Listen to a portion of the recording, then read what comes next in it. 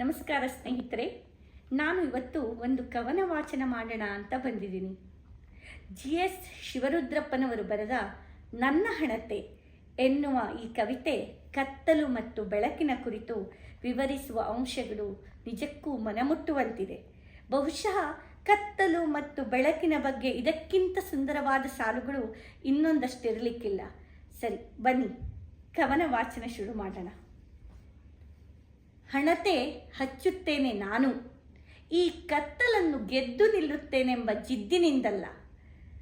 ಲೆಕ್ಕವೇ ಇರದ ದೀಪಾವಳಿಯ ಹಡಗುಗಳೇ ಇದರಲ್ಲಿ ಮುಳುಗಿ ಕರಗಿರುವಾಗ ನಾನು ಹಚ್ಚುವ ಹಣತೆ ಶಾಶ್ವತವೆಂಬ ಭ್ರಾಂತಿ ನನಗಿಲ್ಲ.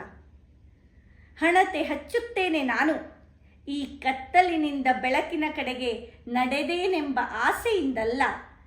ಕತ್ತಲಿನಿಂದ ಕತ್ತಲಿಗೆ ತಡಕಾಡಿಕೊಂಡು ಬಂದಿದೆ ಹೆಜ್ಜೆ ಶತಮಾನದಿಂದಲೂ. ನಡುವೆ ಒಂದಷ್ಟು ಬೆಳಕು ಬೇಕೆಂದು ಆಗಾಗ ಕಡ್ಡಿಗೀಚಿದ್ದೇನೆ. ನನಗೂ ಗೊತ್ತು, ಈ ಕತ್ತಲೆಗೆ ಕೊನೆಯಿರದ ಬಾಯಾರಿಕೆ.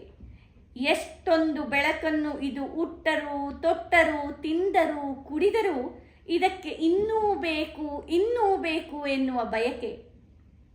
ಆದರೂ ಹಣತೆ ಹಚ್ಚುತ್ತೇನೆ ನಾನು, ಕತ್ತಲೆಯನ್ನು ದಾಟುತ್ತೇನೆಂಬ ಭ್ರಮೆಯಿಂದಲ್ಲ.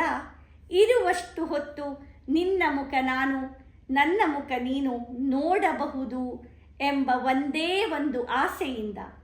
ಹಣತೆ ಆರಿದ ಮೇಲೆ ನೀನು ಯಾರೋ ಮತ್ತೆ ನಾನು ಯಾರೋ. ನಮಸ್ಕಾರ.